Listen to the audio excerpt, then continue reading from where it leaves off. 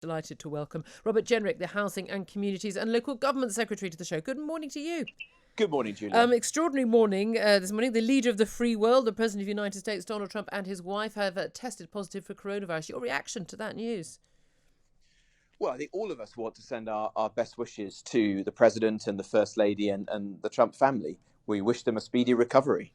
Now, let's come back to what's been happening here. I must ask you first up about the SNP MP Margaret Ferrier. She ignored COVID. She got herself a COVID test, having felt unwell, didn't have the results, but travelled 700 miles to the House of Commons on the train. She then spoke in Parliament, got the test results, travelled back on the train another 700 miles, and it wasn't until a few days later she told her party that she had tested positive. She's broken the law 5 times. She has had the whip withdrawn by the SNP. Nicola Sturgeon has called her actions utterly indefensible. Should she resign as an MP? Well, I don't like to comment on individual cases. I've seen her statement. I'm aware of what she's done. It's now really a matter for her and her party, the SNP, as to what her political future is. And obviously for the police and the law enforcement authorities who I see are investigating this. She was one of the people who criticised Dominic Cummings, as did I, for what he did in his road trip to Durham and back during the lockdown. You faced a lot of criticism over your decision to lock down at a family home, not in London and not in your constituency. Do you understand why an awful lot of people, especially those facing extra lockdown measures, 10 p.m. curfews, told they can't spend time with more than 5 other people at a time? Do you understand why a lot of people in this country right now are getting really fed up with the notion that there is one rule for you lot and one rule for the rest of us? Well, there's not one rule for one set in society and another rule for others. Everybody has to follow the rules, and nobody is above the law, as Margaret Ferrier is now discovering as the police are investigating the matter.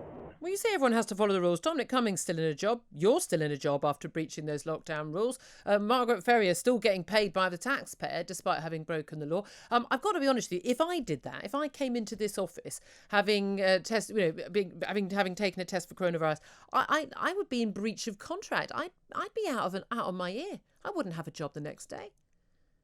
Well, it's clear that what she did was against the law. As you've said, and I'm not going to comment any further on that. For the rest of us, the national rules are now very clear. We've got to wash our hands, wear a mask, stay apart, abide by the rule of 6, and then there are local restrictions beyond that in individual places that are being set by the government in concert with local directors of public health. I agree that can appear confusing at times, but if you live in those areas, then you need to go onto gov.uk or your local council's website, familiarise yourself with the rules and obviously follow them. Everybody has to follow them. That is the way we avoid having further national restrictions, a blanket approach, which none of us want to see. Okay, well, what about, this idea of having local restrictions? We now got 25% of the country is now 16 plus million people currently living under these extra local restrictions, on which we know that MPs don't have an individual vote on. However, the Mayor of Middlesbrough, Andy Preston, he yesterday was very, very clear. He does not want the local lockdown measures. We're told these are supposed to be at the request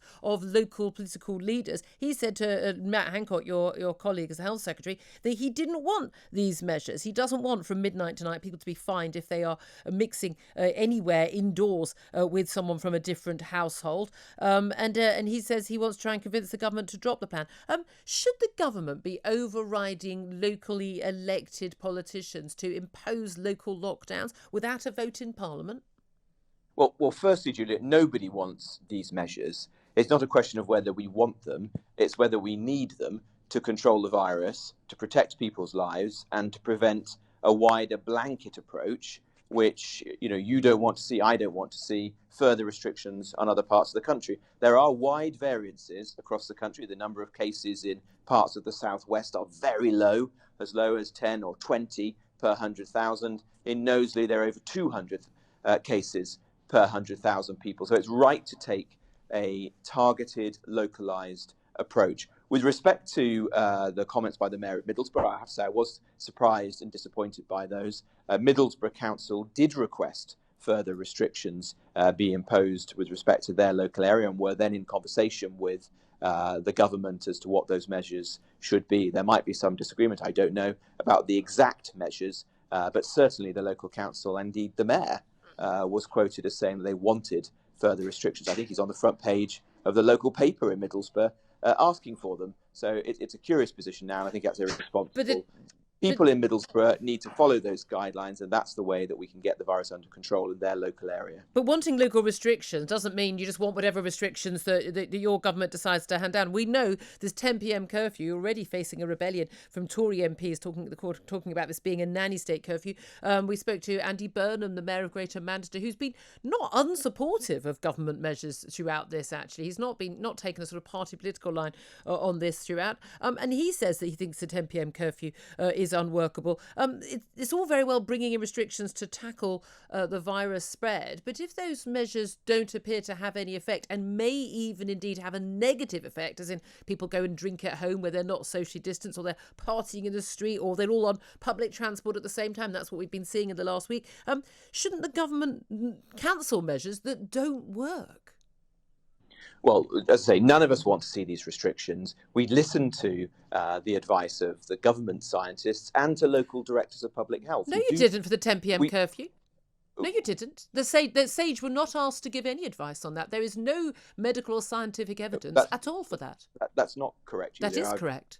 The SAGE have said they were not asked about that measure. The chief medical officer did express a view on the 10 p.m. curfew. I heard it from him myself, and the view of medical professionals such as him was that the longer that you stay out, I think we can all understand this, the longer that you stay out in the pub, the more drinks that you might have, the more likely you are to come into close proximity with other people, the less likely you are to follow the guidelines. And that was the decision that lay, the advice that lay behind that decision. But look, all these things are kept under review.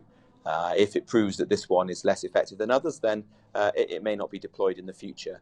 But it's right to continue to pursue the local approach. I've seen that work in my own constituency in Newark and Nottinghamshire that went on to the watch list. Particular measures were put in place by the government and by the local director of public health.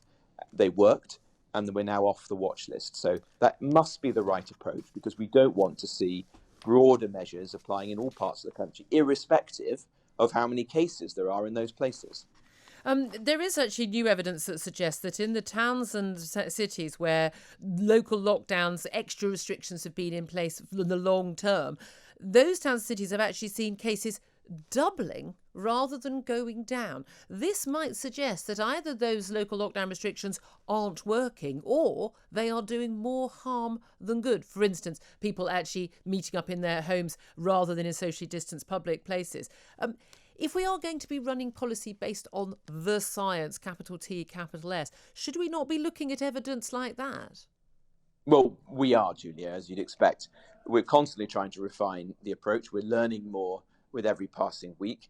Local approaches have worked in many parts of the country. I think the research that you're pointing to showed that they'd worked in some places. I've commissioned research from my department into the situation in Leicester, and that showed that the approach did succeed thanks to the efforts of the local people and the local authorities there. As I say, it worked in my own constituency, and I could point to two other examples. There are some parts of the country where the number of cases is rising significantly faster than elsewhere. And it's right that we apply extra restrictions there, because that protects the freedoms and liberties of people in other parts of the country where the virus is much more under control.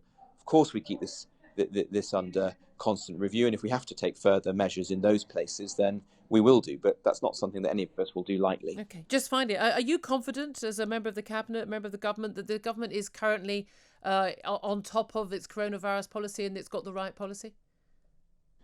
Yes, I am. As I say, these are not easy decisions. We're learning more as we go and refining the messaging. We have, I think, now simple and clear national messaging. We've got an emergingly and increasingly strong national test and trace support infrastructure, and we're continuing to pursue this localised approach.